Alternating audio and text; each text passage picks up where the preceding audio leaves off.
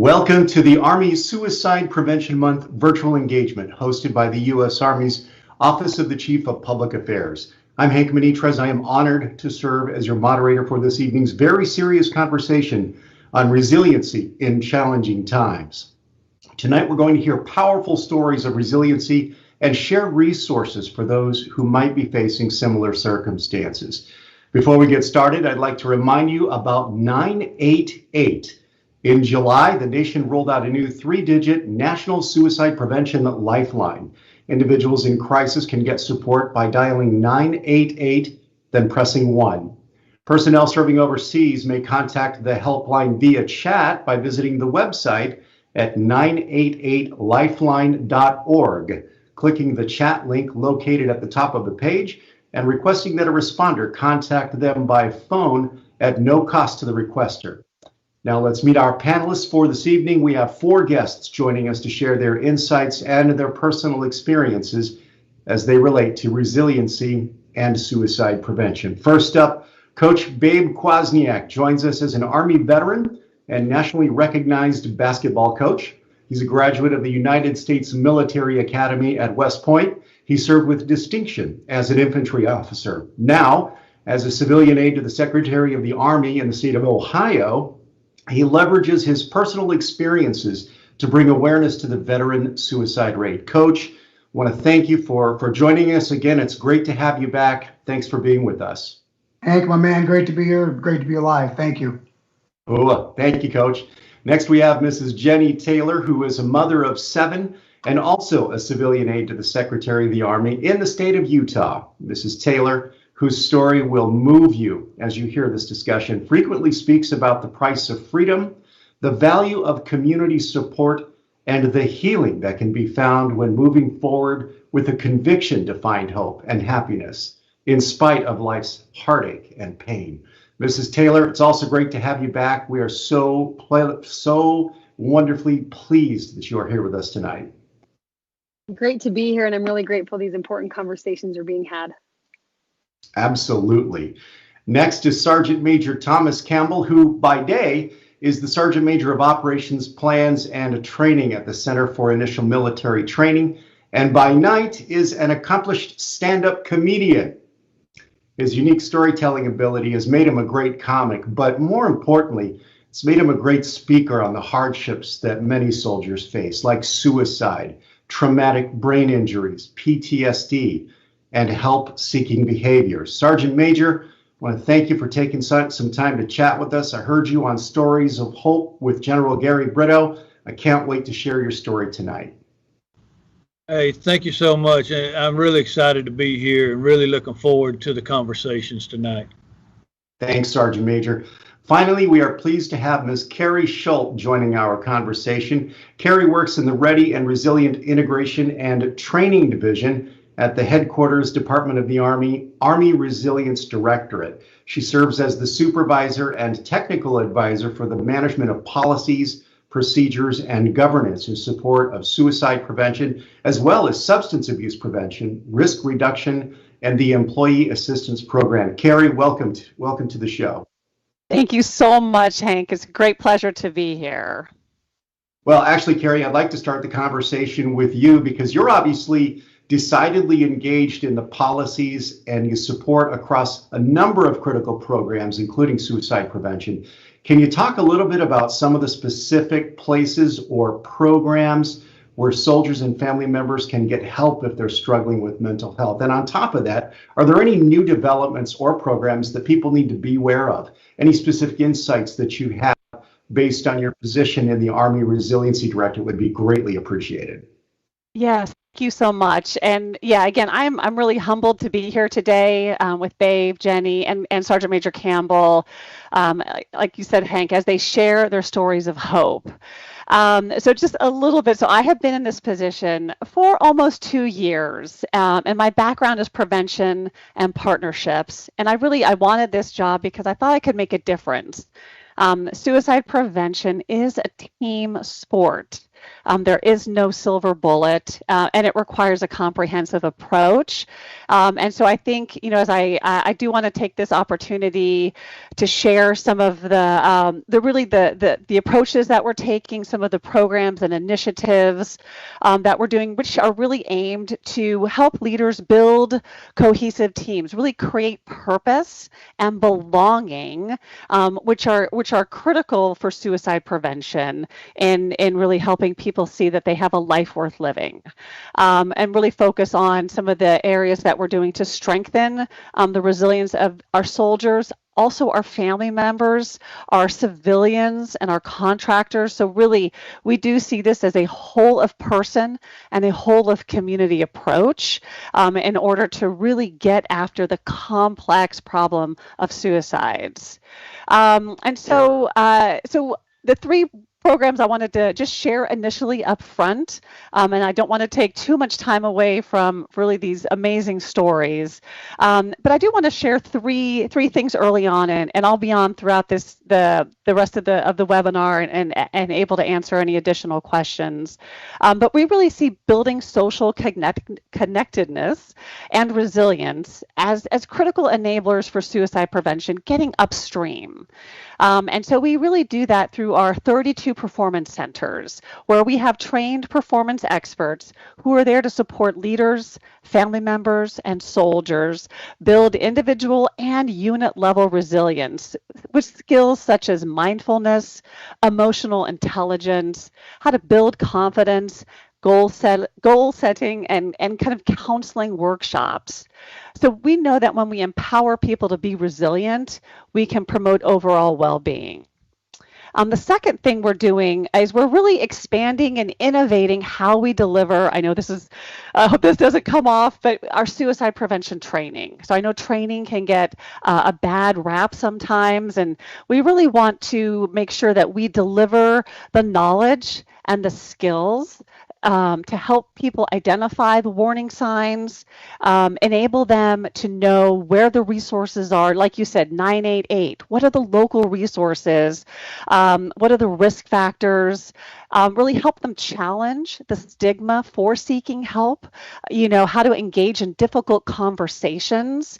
And so we want to do that in a creative way by building some base knowledge, but letting it be creative. So it's not the same training every year. So want to build that a little bit of innovation and flexibility in for our leaders.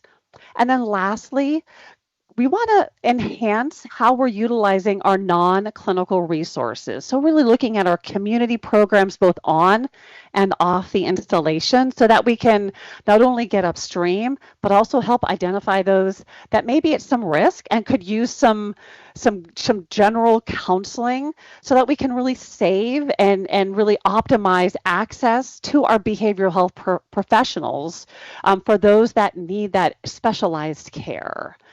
So those are just some of the things that we're doing. There's definitely more. There's a lot of work to be done in this space, and I know that me and my team, we are dedicated to being part of the solution. So I look forward to the conversation this evening. Back to you, Hank. Thank you, Carrie. Thank you for your insights, and most importantly, thank you for everything you're doing and the Resiliency Directorate is doing to take care of soldiers and their families. I personally say you'd be hard-pressed to find another organization or another institution that is doing more to take care of their people than the Army right now. Right now, let's turn over to Coach Kwasniak. Coach, I'm looking forward to hearing from you. We've talked before, and your personal story is one of those that has stuck with me and moved me. I know it's going to resonate with some of our audience members tonight. Let's just kick it off by having you tell your story and then your opinion on why this conversation is so important to have, and a raw conversation at that.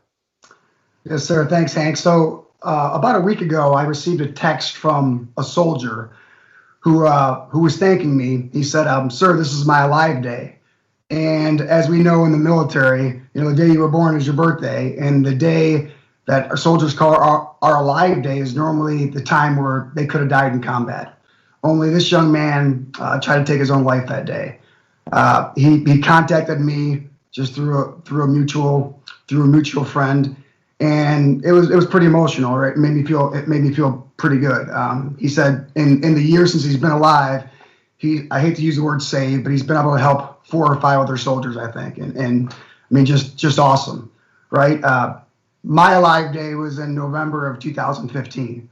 I took a bunch of pills and tried to drive off a cliff. At that point, it was more impulsive, which I think, when people talk about veterans and the suicide rate, I think impulsivity is probably underrated, right? We're taught to fire the weapon, to jump out of the plane. Everything we're taught, we're taught to act and not don't talk about it, be about it. And at that point, it kind of separates the difference between just suicidal thoughts and suicidal ideologies. I can recall one time where now I'm making a plan, right? And so not only, I was in a deep, dark state of depression. And depression is not sadness. Depression starts where your emotions end. I wasn't sad. I wasn't happy. I didn't feel much of anything. And I can recall one time actually making a plan to jump off a bridge. And, I was getting ready I got out of my car and I had the radio on and it was like, okay, God, like, what's it going to be? And I remember because I had 106.5 on in Cleveland and the song One More Night came on by Phil Collins. And I don't know what your beliefs are. At the time, it didn't matter what my beliefs are, but when I stopped believing in God, like, he never stopped believing in me. And, that later that week, I didn't take my own life that night. I'm like, okay, God's giving me a sign here, give him one more night. And I had plans to do it again when I was in Chicago at a mentor's house. This is why mentorship is so important. And I know we're short on time here, so to make a super long story short, I had an old basketball coach, friend of mine, that looked me in the eye and he said, Captain Quas, you're not okay, man. You're messed up. He used a word that's not in the Bible. And it was at that moment I decided to go get help. My wife had been begging me for years. I was probably depressed since 2012, Hank, to be. And I lost 40 pounds. My wife's a physician. It just caused a ton of stress in our marriage. On the periphery, I was a guy that had it all. West Point grad, super successful in business, high school basketball coach who won multiple state championships. On the inside, I was dying, death by paper cut, as I say, like, a moment at a time. It's the way I describe it to people, and there's a difference between depression and anxiety, but it's almost like you're in the dark and there's light at the end of the tunnel, but your eyes have now become used to the darkness, and you're just consistently trying to go through that light. So when you talk about the stigma of mental health, I didn't come out with my story for 5 years afterwards. So not until 2020. It was 2015 where I tried to take my life. There were 3 things, and that's for another time. One of them was a young lady I was working with on a volleyball team took her own life. I came home that night. I told my wife, I'll never not tell my story again. If it helps one person, it's worth it. There was a guy at a dining out, an old Vietnam veteran who went to give me a Purple Heart. I said, sir, I can't accept that. And he goes, I wonder why I came here tonight. I didn't know you, but I just knew you as a basketball coach. But when you said your wife and your kids were better off without you, I lost my son in Iraq when he was 28 years old and he had 3 boys. And I prayed to God, I just want to know what was going through his head. And now I do. And then the third one was during COVID, a 12-year-old boy named Hayden Hunstable. Brad Hunstable's his father. He's the CEO for Linear Labs. He took his own life during COVID. He was 5 days away from being 13, Hank. If you get a chance, there's a documentary for all of us parents called Almost 13 that is must watch when it comes to this. So when I came out with my story, it was I told my story on David Nurse's 1% podcast, and all my friends reached out to me, all the guys I served with. But I want to talk about that because I think, as you said, it's almost a misconception, right, with the civilian world. Like, they think, hey, this is all PTSD, this is all lone survivor, Black Hawk Down. 60% of folks who've tried to take their own life and that number oscillates, but have never deployed. And a lot of it's from guilt. A lot of it's from shame. For me, it was, I was in the infantry. I never deployed. I didn't think I was a good enough husband. I didn't think I was a good enough man. I didn't think, and the stigma, even people who loved me, I knew they would have my back, but I still couldn't, fight through the stigma. And I want to tell one story because it's important and prevalent. Is I remember General Robert Brooks Brown, retired General Robert Brooks Brown, the one who runs AUSA. I don't know what his title is. I know it's something important, president, CEO, whatever it is. But when he was a colonel, I worked for him at Fort Lewis, and man he is like a father to me. Taught me how to barbecue, taught me how to be a soldier, taught me how to be a man, taught me the difference between confidence and arrogance. He was the guy I wanted to always emulate. I always wanted to be like, as a father, as a person. And when I got sworn in to be the civilian aide in August of 2019, I met with him because he was getting ready to retire. We went out and had a beverage. He was shopping for his granddaughter at the mall for school clothes, Hazel. And I went down to tell him, Hank, and I said, sir, I've been struggling with some stuff. And he got emotional and said, I wasn't there for you. And I never told him that I tried to take my own life. And I can't explain why. I chickened out. And I'm thinking to myself, you weren't there for me. I mean, you just led us in 2 wars. Like, how could you possibly say that? But when that podcast came out, I called him on the phone and I said, sir, this podcast is 53 minutes long. Like I said, he's my hero because his ADHD is just below mine. He makes coffee nervous. And 54 minutes he calls me. I'll never forget it. He said, hey, Quas, I'm proud of you. And it was like, it's like Sergeant Major, you're in the field, cold, wet, and hungry, and that light's just hitting your face. It was life-changing for me. And the second part, he said, your story is going to help so many people. I said, wait a minute, sir, I just told my story. Like, I'm done doing this. And he said, no, you're not. I believe you can do this. So, I'm proud of you. I believe in you. And then the last part was, sir, can you tell the girls? So Patty, his wife, Kelly, Kristen, and Brooke, who were like sisters to me. Kristen, I went with on a recruiting visit to Oregon. And he said, Quas, you think they're going to love you any less, babe? I mean, they love you like family. They're not going to love you any less. And, I'm proud of you. I believe in you, and I love you. Those are things, when we talk about fighting this, it's preventable, and it's actually beatable, and we have exactly what it takes. One of my friends who called me after that podcast was a guy by the name of Noah Orlando Johnson. So OJ called me right afterwards, and he's like, man, why didn't you tell me? I said, OJ, I didn't even tell my wife, meaning I tried to take my life. She knew my struggles, of course, but she didn't even know. And he said, this is me and you were talking about, not you and your wife. And that really hit me. Like, when you talk about relationships, there's going to be people who, hey man, if you need something, call me. Or there's going to be people that they're just going to be standing right there for you. And I can tell you various times where the people who know me, they're going to call me until I pick up the phone. They're not just going to text me and leave it alone, because that's a warning sign. And he told me some stuff that he went through. So in February of 2021, I get a call from my friend Brian Talley, who's also a West Point graduate like OJ is. And he said, Quas, where are you? And I'm saying, I'm driving my kid home from school, Brian. What's the deal?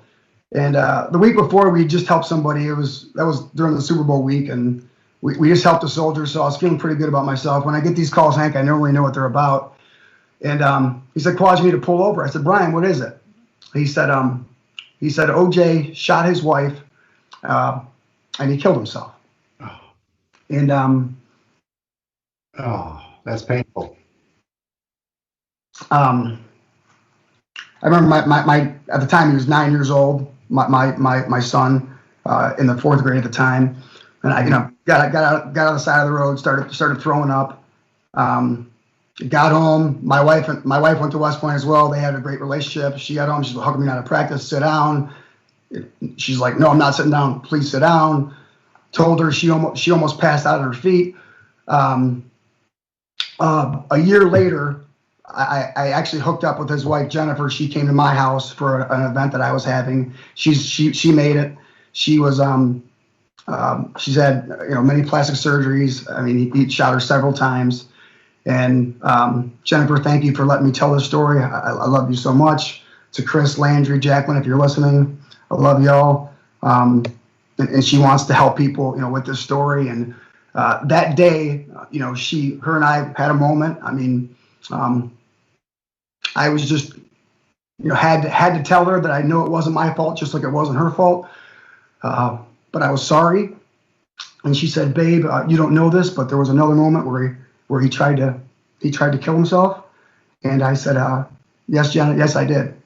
And I play that conversation back in my head all the time, Hank. I think about just the fact that at the time I was so worried about what is it going to look like for me, right? I now put myself on blast. You can't put rain back in the cloud. What are other people going to think of me?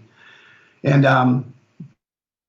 if I just would have just listened, right? And listen, this is like cancer. Like you said, there are many different ways, there are many different forms, and maybe I couldn't have helped him, right? It was pretty, he had voices in his head. I have no doubt in my mind that he was, when he shot Jennifer, that he was shooting at the voices in his head. He was sitting on the bed. She shaked him because he was unresponsive. She went to call 911, and he had these voices in his head, which, I mean, they used to put people in straitjackets for that, right? I mean, it's some pretty serious stuff. So, the guy who called me, Brian Talley, to tell me that OJ died, he was at my house with his family when we met with Jennifer, and we didn't see her during the funeral because she was still fighting for her life. During that time at the funeral, his kids, Chris and Landry, wanted me to give the eulogy, and I just didn't think I could. Brian drove out of the way. The funeral was at Fort Hood in Killeen, and said, hey, man, babe, you can do this, man. Again, I love you. I believe in you. I'm proud of you. And did that eulogy. Can't make this up. On June 22nd, Brian's wife Amy calls me. I'm with my son again and my wife. We were driving to a baseball game. And I didn't get the call. And Laura's like, "Why is Amy calling you?" And I called Amy, and Amy said, "Babe, Brian's gone." Wow.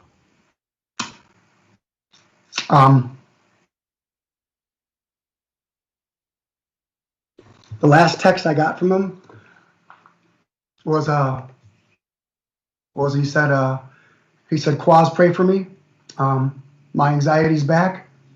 I'm struggling, man." And I said, "Brian, do you need to talk?" I said, "Real talk, man. You need to talk." He said, "No, I'm good." And I said, "Screw your anxiety. You're not your anxiety. And once again, Hank, you can say you're going to be there for somebody, or you just can be there for somebody." I can recall one story specifically where he knew I was struggling after OJ died, and he called me. I wouldn't answer, and then he started FaceTiming me. I'm like, "Bro, I can't." And he goes, "No, you're going to look me in the eyes." And I think that's such a powerful thing when you're fighting this, man. It's just to look somebody in the eyes, and instead of trying to empathize with them, man, just say, "Hey, I don't even know what you're going through, but man, I'm there for you no matter what, no matter what." And I would go so far as to say that Brian wasn't even suicidal. This anxiety is the physical pain. I fought both of them. The physical pain I've had from anxiety pales in comparison to breaking a leg or tearing a groin or tearing a calf muscle, which I've all done. And to his wife Amy, Amy, if you're listening, I love you. To my nieces Audrey and Avery, who I'll see you guys Thanksgiving. I can't wait to see you. Can't wait to put my arms around you. And I just think it's just really important for us to know that the number one most important thing is to reach out. Just reach out. Don't say if you need somebody to talk to. Just reach out. And you think you're not equipped for this, you are. You are. One conversation, one thing can save a life. And again, with Brian, it was like it could even have been an accident. It was one impulsive moment. One impulsive moment. The second thing is just be standing there. Like I don't tell people I'm going to be there for them. It's like telling them you have to trust me. I'm just going to be there standing for them. Right? As a combat medic, right, Sergeant Major, we can't save them all, man. But if we can get one, right, if we really are the best team in the world, and I believe we are, then we're going to know that we don't leave anybody behind. That we're going to go get that one. And then finally, and this is probably the most important part, and I'll end with this, Hank, is that nobody's ever died from being loved too much, man. Like I hear all the time, like, what do you do to fight this? I still fight this every day, right? And like the anxiety in my arm is so like I can't feel the left side of my body sometimes. I mean, the pain I have from this. I mean, here I am, and I feel like I've helped hundreds of people, and two of my best friends I couldn't help. And it's what I went through is nothing compared to that. And people, when they're as sick as I was, they think their wife and kids are better off without me. The data does not support that. I mean, the data does not support that. Kids are 4 times more likely to take their own lives than their parents do. And it shatters families, man. It shatters them. And just remember that. Nobody's ever died from being loved too much. And I know, Sergeant Major, the hardest job we have is like, how do you decide if somebody's just being soft or if they're really depressed? And my thing is, if someone's looking for attention, what's the harm in giving it to them? What's the harm in giving it to them? It's like a salute, man. I think I'm walking back an officer, and I don't know what's going to happen if I don't salute him. I mean, I just don't see the harm in giving that salute. And nobody's ever died for being loved too much. Thank you so much for listening. Coach, thank you so much. Every time I hear you talk about this, it just strikes me right in the heart. 2 things that I take away from what you say is, number one, you shoulder so much obligation on your end that I can't even fathom. And I salute you for that, because you're taking on so much to help so many, and understand what you're saying. I personally understand what you're saying when it comes to, but I couldn't even help this one. I couldn't help that one. Been there, done that. I think in a number of training sessions for suicide prevention, people start sharing stories and opening up, and you're just like, wow, almost everyone in this room has experienced a loss because of suicide in one shape or fashion, and in some cases more than one. In my case, more than one. And so I understand the survivor's guilt, if you want to call it that goes along with it. But number 2, you really hit on something very important that we've been teaching for a while now in the Army, and that is to be very direct whenever you see someone who's going through a tough time.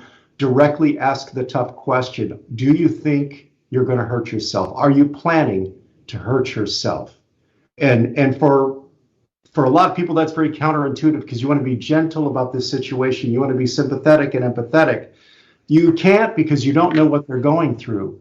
And the most important thing, like you just described, is reach out, ask the direct question, and be there for them. Take them to get help if you are physically able. Show that you care, but don't try to go into your own story. Oh, I know what you're going through, because my wife cheated on me, and then I divorced her, and then there was a custody battle, and I was depressed too, just like you, and I'm not suicidal. Yeah. That's the last thing you want to do, is try to make it about you. Focus on them, show that you care, and if you can, go get them some help. Hank, you talk, and I know that's what the book teaches you per se is, don't harm yourself. I don't know about you, Sergeant Major, but like, listen, man, with soldiers, we can't have trust without the truth, right? So I come right out and say it, Hank. I'm like, are you having suicidal thoughts? Are you thinking about hurting yourself? And understand that the first thing people respond to is like, well, what happens if they are? If you are in a crisis, then you got to react to fire. And I've probably said things that Carrie's shaking her head now, but I don't know if she would approve of. I mean, I said things like, hey, listen, man, give me one more night. If you still feel this way tomorrow, I'll do it with you. I mean, at that point, you have to do whatever it is possible, because if nobody listens to what else I say in this, and I know like we have to reach out for help, but Hank, I wasn't reaching out for help. Nobody beats this alone. I don't care how smart you are. I don't care how rich you are. I don't care what color you are. I don't care your religious beliefs. At that point where I was, somebody had to see something in me that I didn't see in myself. And we always talk about that as leadership. He's like, hey man, this guy made Sergeant Major. I remember him when he was an E4, and he made this guy made a general. I remember him when he was a second lieutenant. Well, that goes both ways. There's got to be reciprocity, and we have to have the truth, and that's the only way we're going to have trust. And a big part of that is being able to look our people in the eye and telling them, hey man, this is how I feel, and understand that. And I have had situations before where this person says, if you do this, if you call 988 or I'm going to hate you. Well, we can get past that. We can't get past yes. the text from your daughter saying, hey, Uncle Quas, don't leave me. And I promise I'll never leave you. Well, Uncle Brian said the same thing. Like, we can't get that back. We can, everything else we can fix, right, Hank? Yes, absolutely. Thank you, Coach. Thank you. Mrs. Taylor, Jenny Taylor, we're going to talk to you. We're so glad to have you back with us. As a Gold Star wife and a daughter of a man who tragically lost his life to suicide, we know that you yourself are no stranger to some of life's most formidable challenges. I'd like to take this time to hear your story and learn what helped you find hope in spite of grief and heartache. Jenny. Hey, Hank, and everyone, thanks for having me here. Babe, thank you for telling that story and those men's stories, and just the story that unfortunately keeps repeating itself in this country, and particularly in our Army. And it's just so heartbreaking. I love that you shared your Alive Day. That's not a phrase I was familiar with. I wish I had an Alive Day for my dad. I don't. What I have is a day in September 1990 when my dad took his own life, years before September ever became Suicide Awareness Month. I was 10 years old, September 23rd, 1990. My dad was 36, not in the military, never seen combat, not in a time where you talked about mental health, not in a time where we decided, which counselor do you have or which therapy do you go to. It was definitely more of the straitjacket era of if you need help, then you were crazy and you just didn't really talk about it. I was such a young child, I wasn't really aware of a lot of that. But I do know that when I was about 8, my parents moved our young family away from our family, our cousins, our grandparents. And looking back now, I think they did that looking for a fresh start as a family, as a couple. I think my dad's struggles were more prominent than maybe I was aware as a little kid. And so we left our home state of Utah and we went to live in Omaha, Nebraska. But you can run away, but it's the same you that's going wherever you are. And my dad's struggles continued to get the better of him. He wasn't able to work. Financial stress came. That puts a huge strain on the marriage. Everything just went downhill. And after about 3 or 4 years of my dad threatening suicide to my mom, to my older brothers, to anyone around, he ended up killing himself, like I said, in September of 1990. I will admit I spent the next 20 years living under the shadow of that. The dark cloud, the sweep it under the rug. I would not call myself resilient. I think if anything, I was just avoidant. I think I got to the point where I knew I couldn't become the statistic Babe is speaking of, and I couldn't become what the numbers say was most likely to happen to me as a young girl with a widowed mother and a dead father and suicide in our history. So I threw myself into schoolwork and book work and just, really trying to find my own path. But that wasn't real resilience. Like I said, for about 20 years, I just didn't really talk about it. I had friends, I had close friends, I had young men I dated as a young woman that knew my dad was dead, but they certainly never heard from me the manner of death. They said, "How did he die?" I said he was sick for a long time and left it at that. Now, they might have known, given the fact that maybe they just knew from circumstances, but they didn't hear it from me. It wasn't until April of 2011 that I visited suicide as an adult, not because I became suicidal and not because my soldier husband became suicidal, but that was the time that my husband's youngest brother took his own life with a gunshot to the head, and he was almost 16. Babe, I haven't seen that documentary, but you've intrigued me. I need to go watch that. Almost 13. This kid was days away from his 16th birthday. We didn't know he struggled. He hadn't been to war or combat. He was still a kid. He didn't have a psychologist or a therapist or medication or drugs or alcohol or any of those stereotypes that I, as the daughter of suicide, had kind of lived thinking, well, those are the only people who really kill themselves. And I'll admit I fed right into that stigma because it surrounded me. At the time my little brother-in-law took his own life, I was a mom of 4 kids. My husband was on his way to his 3rd combat deployment. My baby was 9 months old, and my oldest baby was only 7 years old. And I remember being terrified, absolutely terrified. How could I raise children in this world? How could I send my husband to war? Like Babe said, statistically speaking, once you've lost someone in your family or close to you to suicide, it just opens the door to suicide being on the table. Most people don't really default to, I'm going to kill myself. But when you've lost someone to that manner of death, it is always haunting you. So here I am, a relatively young mom, early 30s, sending my husband off to war, 4 little babies, looking at this teenage kid so close to us that we thought was happy and well, dead in the ground. And I'll admit, that's probably when I learned to be resilient. And I'll tell you what I learned. I didn't learn that life is not hard. In fact, I learned that maybe one of the biggest mistakes we make as human beings is working so hard to try to avoid the hard. We try so hard to make sure our kids are safe, to make sure we are strong, to make sure we are self-reliant, self-resilient, self-sufficient, self, because this is the United States of America and we believe in independence. And that's where we've missed the boat. And it was at that time of just darkness and sorrow and anguish that I realized life is hard. In fact, we use the word resilience. I would throw an adjective in front of it, relentless. We have to develop relentless resilience because life is relentless. So I lost my father to suicide. I lost my youngest brother-in-law to suicide. In the meantime, I've had two of my own biological brothers and a couple of my husband's siblings in and out of suicide ideation and drug and alcohol addiction. And everything statistics would say is likely to happen when you're a survivor of a family member dying by suicide. And then in November of 2018, 3 years after Babe's Alive Day, my husband, a major in the Utah National Guard, was killed by a gunshot wound to the head. But he didn't pull the trigger. Somebody else did. He died at the hand of an Afghan in an insider attack outside of Kabul. And I will tell you, it was the previous experience of my young adulthood, my young motherhood, and my childhood that prepared me to be able to survive my husband's death. Because I think if a while ago, before my husband died, you would have told me what was coming, I probably would have told you I'm right where Babe is and you better keep a close watch on me.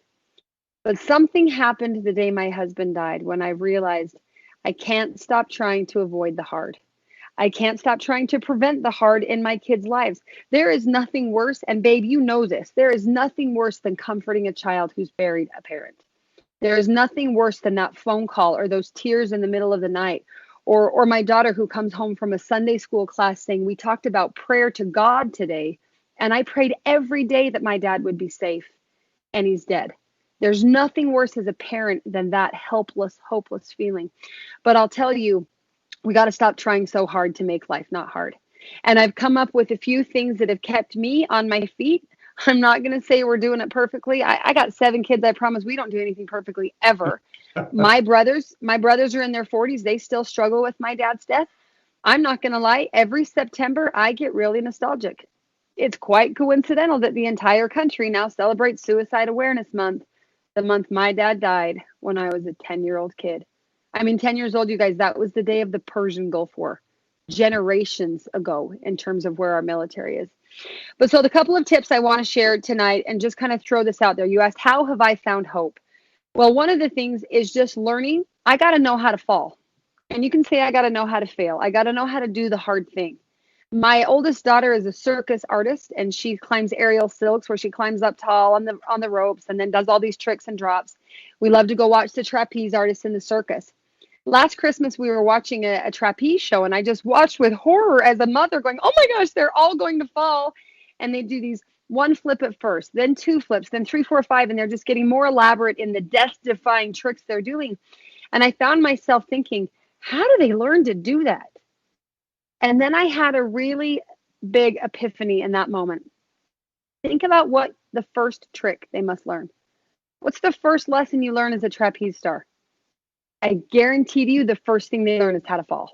I guarantee to you they learn how to fall. They learn how to slip and fall and brace themselves for the fall and trust the net that is beneath them when they fall and look to their trapeze partner to help them get off that darn net. And so look at life as this relentless, difficult, challenging experience. And as you brace yourself for the fall, focus on the safety net beneath you. The circus show I took my kids to cost a pretty penny. And I don't think the circus stars got paid all the money. I guarantee you a ton of it went to that multi-million-dollar state-of-the-art safety net. So I would ask, what's your safety net? Or maybe who? About a week or two before my husband died, he asked me what my coping mechanisms were. Now, he was deployed and I was home with 7 little kids. Our house had flooded and I felt like my battles were a lot bigger than his in Afghanistan. When he asked me what my coping mechanisms were, I drew a blank. I couldn't think of a single thing I could say that would help me get out of that darkness. But I'll forever be grateful that he asked me that question before deeper darkness came. So think about it. What are your coping mechanisms? If you say none, then you and I need to have a conversation because you're overthinking it. If I say, who is your safety net? And you say no one, then you and I need to have a conversation because you're overlooking us. You're part of this Army family. We're in this together for good or for worse. Build your safety net. Who and what is that so that you can learn how to fall? The second thing I would say goes right along with that. Learn how to face what you can't fix.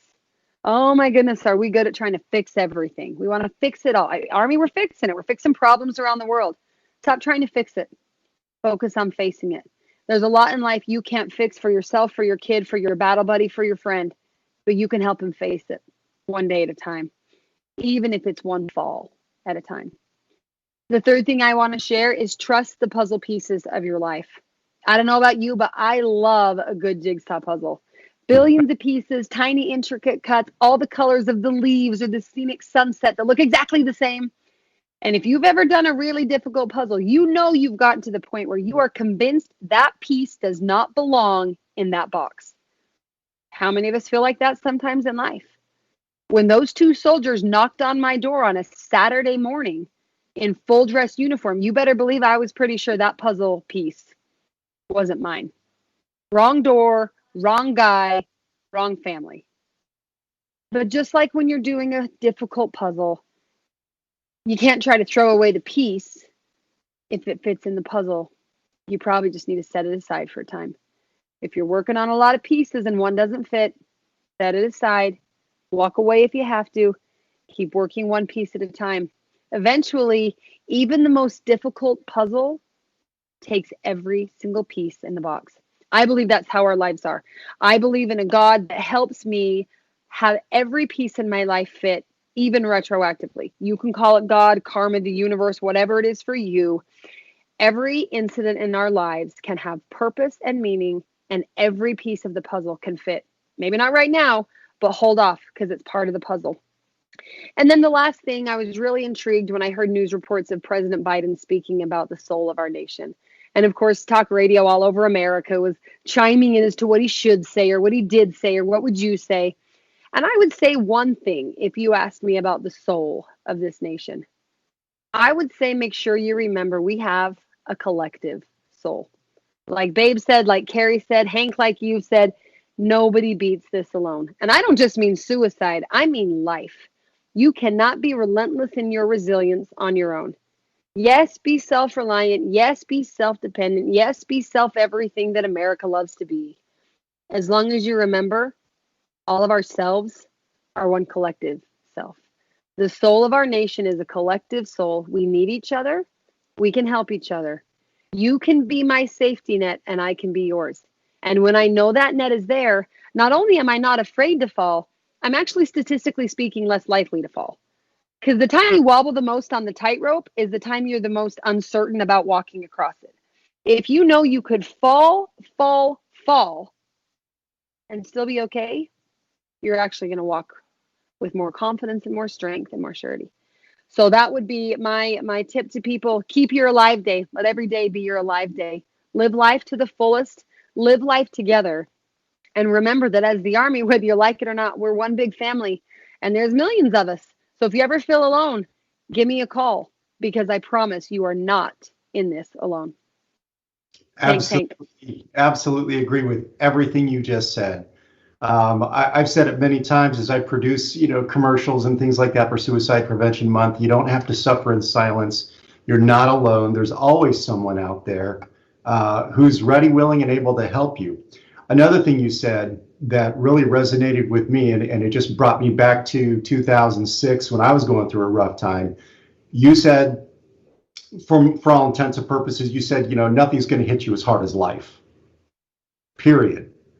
I happened to be watching Rocky Balboa when it first came out in the theaters, and he gives this speech to his son. And I know it's a stupid movie reference, but what he said, whoever wrote that was just sheer genius. He said, nothing's going to hit you as hard as life. And it ain't about how hard you can hit. It's about how hard you can get hit and keep moving forward. And that was just what I needed to hear at that point in time. And that's been my mantra ever since. Ever since, I mean, what, we're almost 20 years ago, something like that. Keep moving forward is what I live by, because, you know, we all have tough times. We all have things that we face, you know, to a different degree or another.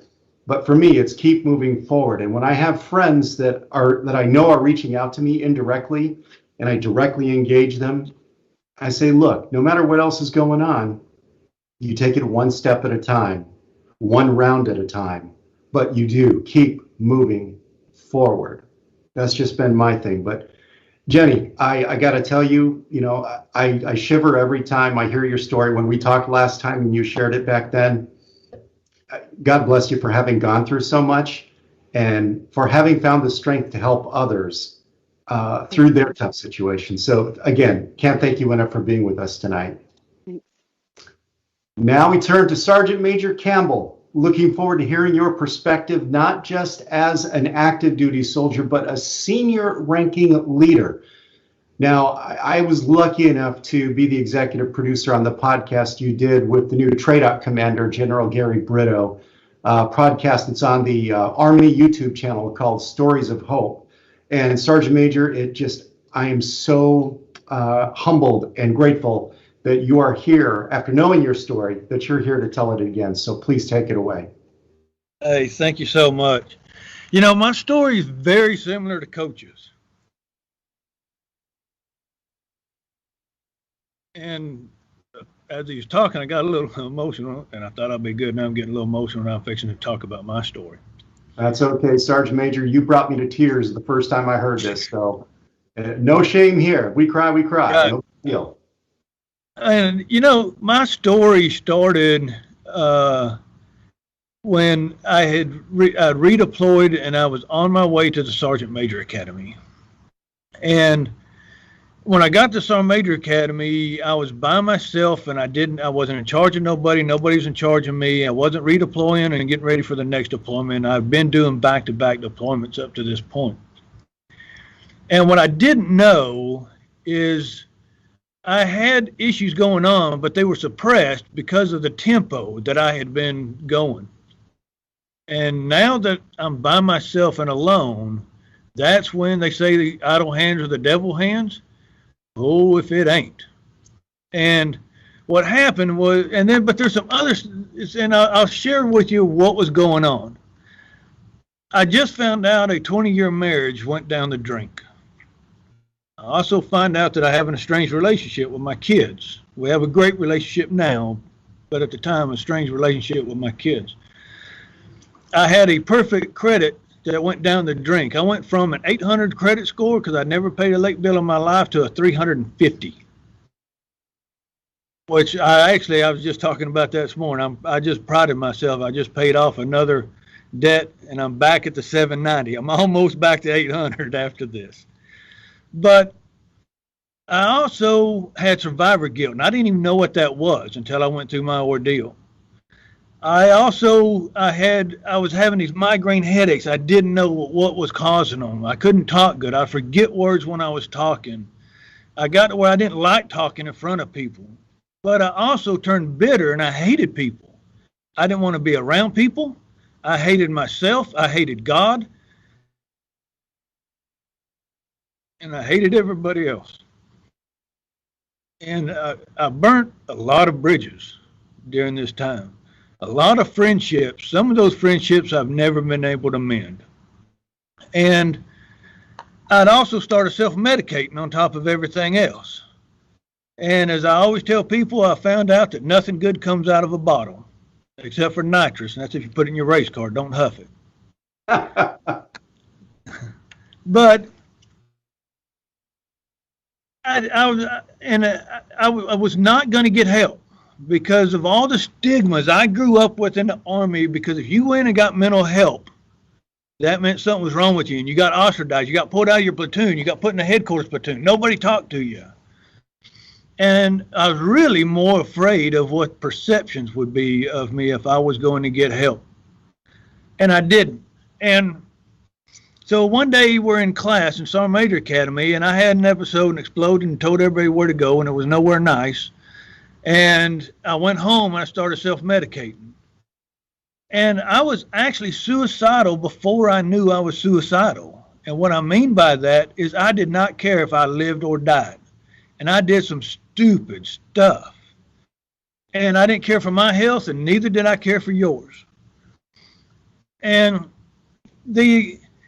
so ended up the commandant of the Sergeant Major Academy at the time, after I had that episode, he had made me an appointment with mental health, and so now I got to go prove to these quacks that I don't have PTSD, and then I got to go see him when I get done. And so when I go to see this little old lady in tennis shoes, and bless her heart, if I ever met that little old lady again, I would get on my knees and apologize. Because I went in there with such an attitude that she feared for her health and refused to be in the same room with me. So I go see the commandant, and he said something that registered, because I always preach to my leaders, lead by example. If you got to tell me how good of a leader you are, I do not want you on the team. If your actions tell me how good of a leader you are, I want you on the team. But you'd better live what you preach. And I was expecting to get kicked out of the Sergeant Major Academy. And he sent me down. He had my enlisted record brief on his desk. And he said, out of these, and he asked me if I knew why he hadn't made an appointment for me at mental health. Yeah, Roger, to see if I have PTSD or not. He said, no. Out of all of these deployments, how many NCOs did you force to get help? And it registered, like, you idiot. You're doing the exact same things you've been looking for in your guys that you forced to get help, but somehow you're not living up, you're not practicing your own preaching. So I go get mental health and on a separate. And so I go to mental health, and they hook me up with this really big psychiatrist, male, about 7 foot tall, weighed about 250 pounds, had fingers like bananas. And so I had a few sessions with him, but he was on his way out of Fort Bliss. And so my next psychiatrist was a little lady in tennis shoes, Miss Pierce. And she was good. And she picked up on this thing called traumatic brain injury. We didn't know a lot about that at the time. And asked if I'd ever been screened. Well, no, I don't have any holes in my head. I got all my marbles up there, I thought. So she sent me over to CBI clinic. They did MRIs and motor skill tests and memory tests and all this stuff. And the doc told me, look, the front left lobe of your brain is bruised, the entire lobe, which was probably an injury I got right before I redeployed that last deployment. And by the way, I redeployed 2 weeks later. I'm at Sergeant Major Academy. And I fell off a cliff. A rocket followed me, smashed me on the head, smashed my helmet. And I was unconscious for I don't know how long, but I had these headaches and but everything's good. I'm good. But the doc said, on top of, the bruise will heal itself over time, but you got another problem. In that same lobe, about the size of a 50-cent piece, is dead tissue, and that's what you had an aneurysm during one of your head injuries, and that dead tissue's never going to grow back. So kind of like the Toby Keith song, you're not going to be as good as you once was, but we'll get you as good as I am now. But that's actually what broke the camel's back, was now on top of all that other stuff I'm dealing with, and I'm going to say the R word, so please nobody get offended, I thought I was retarded now. And I got doctor papers to prove it. And they're not going to let me be a sergeant major if my brain ain't right. They're probably going to kick me out of the Army. This is all I've done in my adult life. I have nothing else to turn to, and there's probably not a lot of job market out there for retarded people. And I was very retarded in thinking that way. And so that's, in my mind, there's one common denominator in every problem I had. And there was one common denominator in all my friends' problems, my family's problems, and the world problem. That was my world, not the actual world. And now, the one thing I had that I lived for was support my kids, and I'm not going to be able to do that. But if I die, I can take care of my kids through benefits. But so I don't want to put a pistol in my mouth and pull the trigger as much as I wanted to, because I didn't want to jeopardize my kids getting the benefits.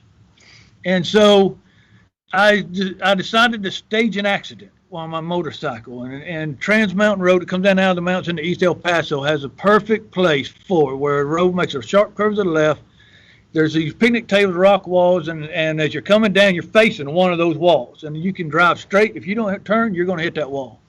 And that, when I found that, Man, oh, that's the spot. I even rehearsed it, but I couldn't execute right then because I got to make sure my affairs are in order to take care of my kids, and that was my timestamp. And I rehearsed that plan numerous times while I'm getting my affairs in order.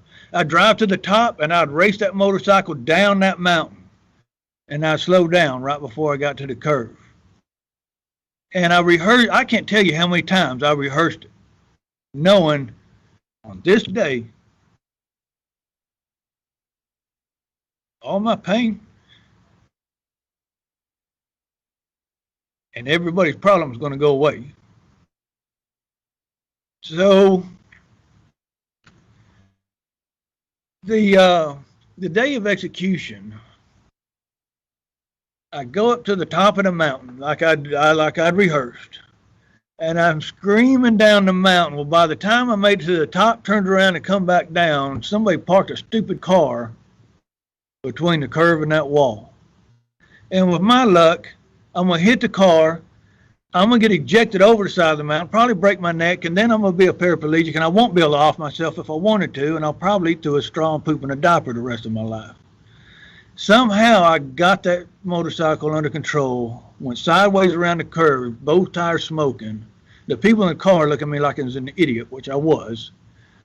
And I go back up, and I park, and this goes to something that Coach, this is going to reiterate something that Coach said earlier. I pull off side of the road and I'm waiting for the car to move so I can execute the plan. And while I'm sitting there, the phone in my pocket rings. I don't answer it because I'm on a mission. And it goes to voicemail. And then it rings again. And I let it go to voicemail. And it rings again. And I let it go to voicemail. And I said, all right, I'm going to answer a stupid phone. Somebody won't leave it. And I answered the phone, and on the other end of that phone was a little girl's voice.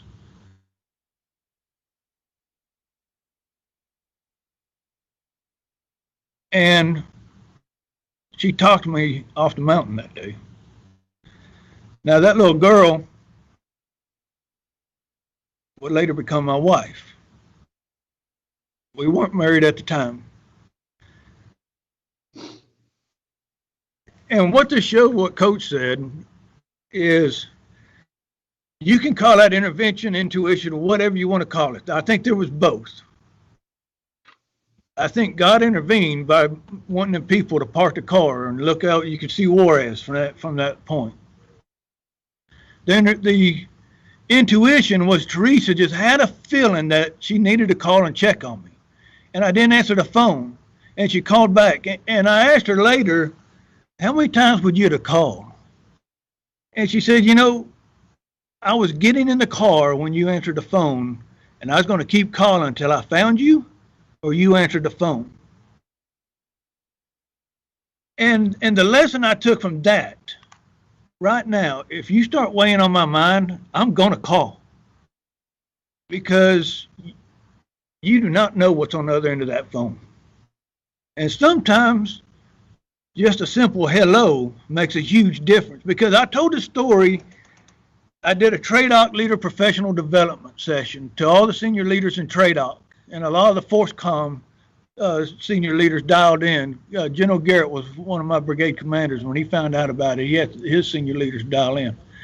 But General Funk asked me a question nobody had ever asked me before, and he said, what was it that Teresa told you that talked you off that mountain?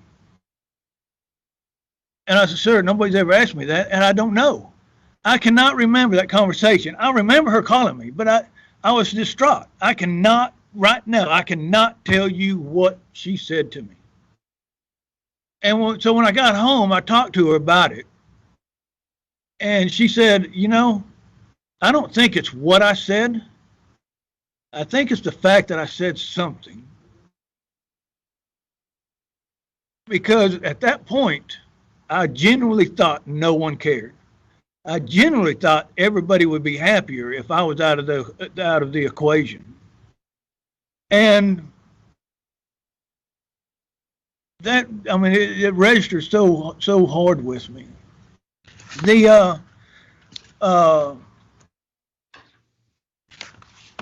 So now I'm going to give mental health another effort. So I go back and see Miss Pierce. All right, well, all that stuff you've helped me with, now I got this other problem, thanks to you. No, I didn't say that to her.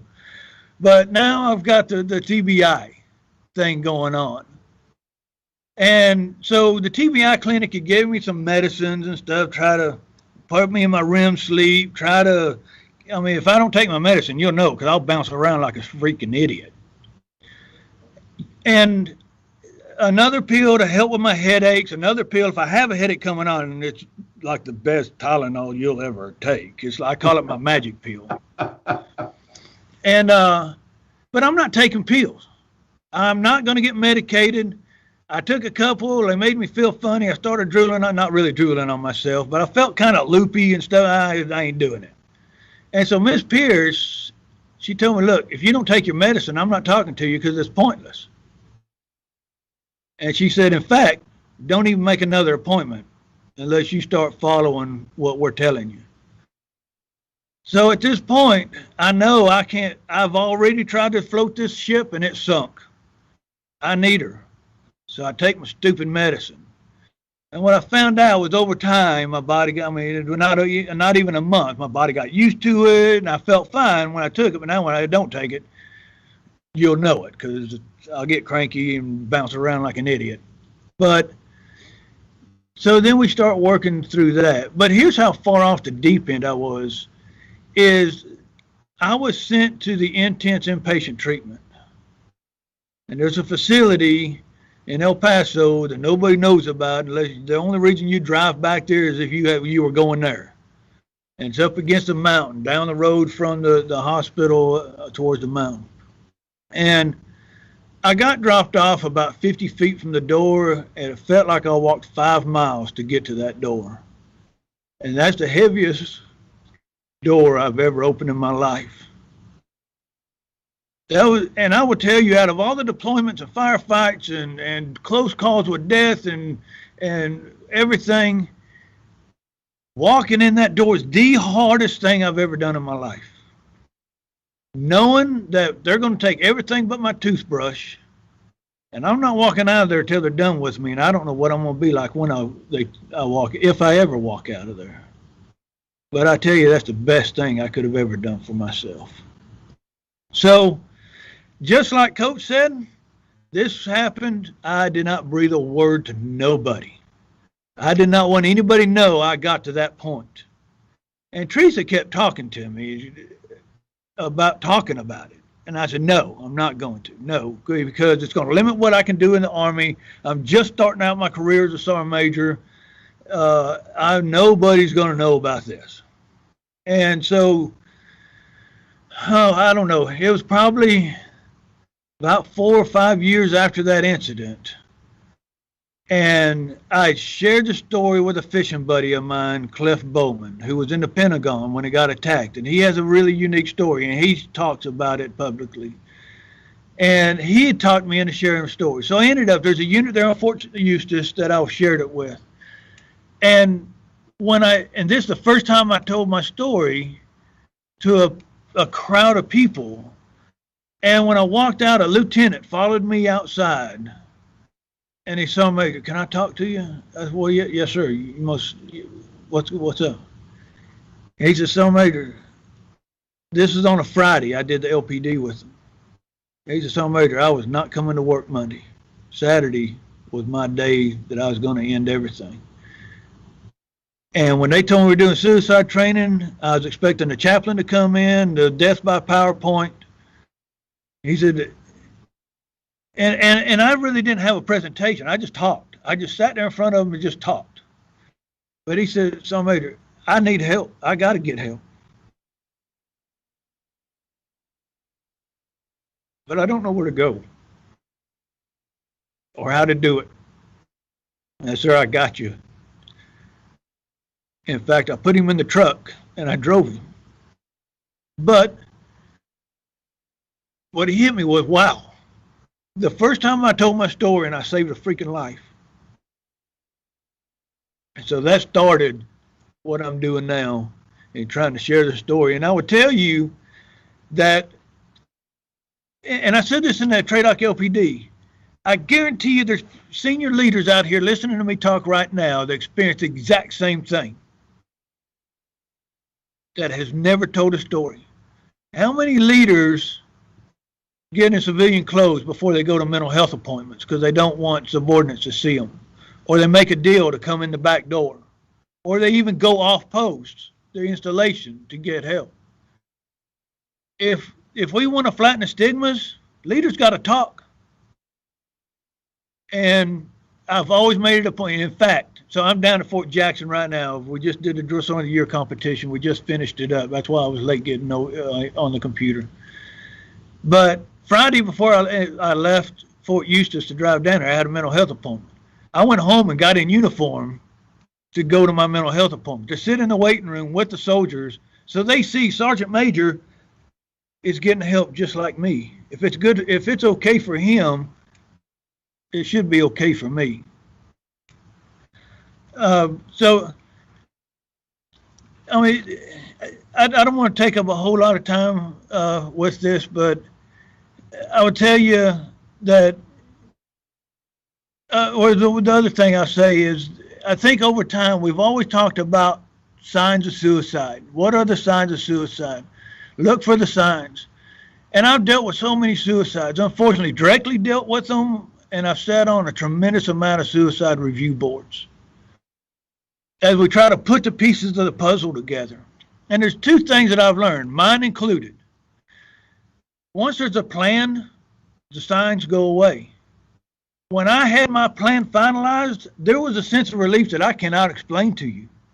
I was living in my travel trailer. You could have burnt the trailer down, stole my truck. Don't steal the motorcycle because I need that part of the plan. I would have been fine because I knew this day it didn't matter. And the other thing that I'll tell you, though, is as leaders, well, not even leaders, just peers, we got to get to the point, we got to earn the trust and confidence of our peers and subordinates to be able to identify crisis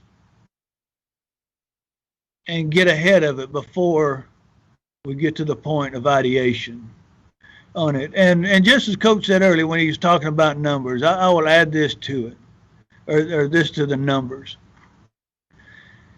Most of the time, if somebody comes out and just comes to you, if you've got their trust and confidence, and in my presentation I talk about how do you gain that, but chances are they have not developed a plan, they don't have a method, they've never really thought how they're going to do it.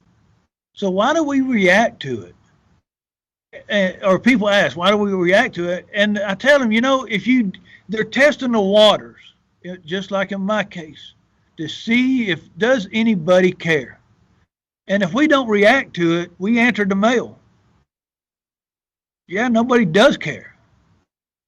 So now they go to the next phase, the ideation. Now we get to the plan. And then if nobody is stepped in, we get to the point of execution. But I'll stop there, though, so we can get on. No, I don't want to take up the whole night. Well, Sergeant, thank you. Thank you again for telling what is a very powerful story. And there's a couple things I'd like to revisit just for half a second here. It gets to what Jen was talking about. You had two safety nets. Commandant of the Sergeant's Major Academy, and thank God for Teresa and her intuition. So to me, that underscores what Jenny was talking about, that even when you don't think you have a safety net, you've got a safety net. You're right. You've got a safety net.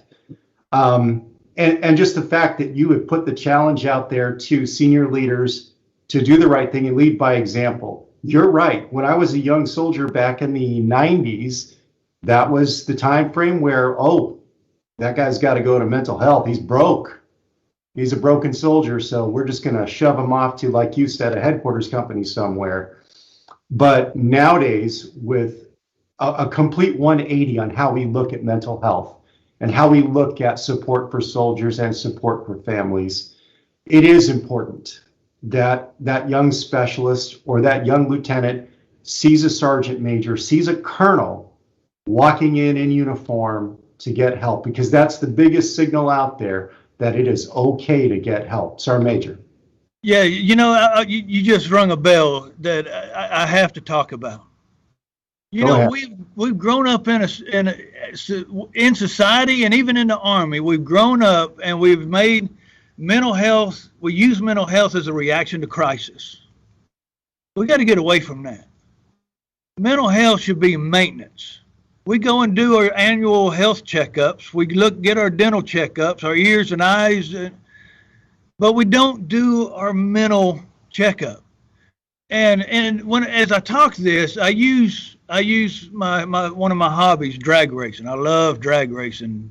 And we put those motors through so much abuse, and I've blown up more motors than I can count.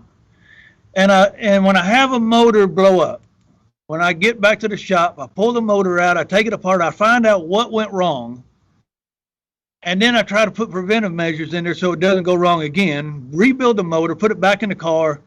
If I don't maintain that motor, I'm rebuilding again. And we got to look at mental health as a maintenance and quit looking at it as a reaction to crisis. Couldn't agree with you more, especially as a car guy. That's the perfect analogy to make. Maintenance. And we've talked about this before at the headquarters DA level, you know, talking about, you know, if you go to the doc for a broken arm, you get fixed. If you've got something internal going on with your body, you go and get that taken care of, and nobody thinks anything about it. They don't think twice about it. You're absolutely right on the money, Sergeant Major. It should be the same philosophy for when folks need to go get some mental help. And I think that the Army has turned a whole chapter on that. I think we still have work to do. I think we still need more leaders to step up and tell their story, just like you are, so that, you know, young Joe sitting in the audience or young Jane sitting in the audience goes, you know what? Wow. Now they trust you. Now they can relate to you. And now they know it's okay to get some help. Or conversely, now they know, I know this soldier's got a problem and they're my buddy. Now I know I need to go say something to them. Like you said, could be a simple hello, and that's all they need to change their mind about doing things. So Sergeant Major, thank you so much. Some really powerful moments here tonight. Unfortunately, we are out of time, but before we sign off, I want to turn it back over to Carrie Schultz, who will close us out with a reminder of some of the resources that are available out there. Carrie, over to you. Thank you, and thanks to all the panel members. Really, I appreciate you sharing your heartfelt stories and being very vulnerable. I think all of you discussed that is really key in this space, is being authentic and vulnerable. And thank you so much for showing us what that looks like. Just a reminder that, again, we are here to help. We do aim to help. I would direct you to our Army Resilience website, which is www.armyresilience.army.mil, and we have amazing resources to our resilience centers, to finding resources by risk, and being able to connect. I would also recommend, at each of your installations, posts, and stations, to really look for the Community Resource Guide and other helping agencies to help you connect into those resources. Suicide Prevention Month is September, and our tagline is Connect to Protect, Support is in with Reach. So it's really important that even if you don't see the risk in yourselves, maybe look to a buddy, to a friend, to a family member, and reach out, connect with each other, connect and just check in to see how people are doing. Suicide prevention is personal and it's interpersonal. So I just appreciate so much all the great comments from the panel members. And Hank, I'll turn it back over to you. Carrie, thank you so much. There's also a list of links to mental health resources that we've dropped down in the comments section. We encourage you to familiarize yourself with them. Please get to know your chaplain and other resources, and leaders. Be leaders and take care of your soldiers. We hope tonight's conversation has helped give you hope, strength, and courage to take your first step in getting help if you're hurting. You're not alone, and you don't have to suffer in silence. We want to give a special thank you to all of our panel members for taking time to share their stories, getting raw and getting emotional and sharing their feelings about what is a very, very serious issue. And finally, just want to thank you for joining us virtually, and thank you for taking the time to watch. I'm Hank Manitrez, and we'll see you next time.